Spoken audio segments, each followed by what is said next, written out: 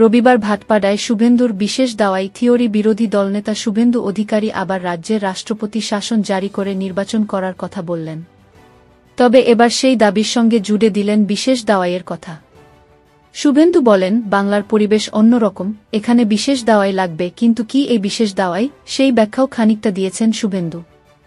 রবিবার ভাটপাড়ায় অপারেশন সিঁদুরের সাফল্য ও সেনার সাহসিকতার প্রতি শ্রদ্ধা জানিয়ে মিছিল বের করেছিল বঙ্গ বিজেপি।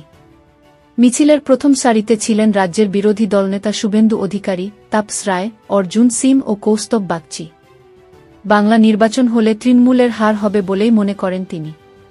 বিরোধী দলনেতা বলেন, পঞ্জাবে কংগ্রেসের যে অবস্থা হয়েছে, বাংলায় তা তৃণমূলের হবে যদি ভোট হয়। এরপরেই তার অভিযোগ, বাংলায় এমন 6-0-7-0টা আসন রয়েছে যেখানে ভোটই হয় না।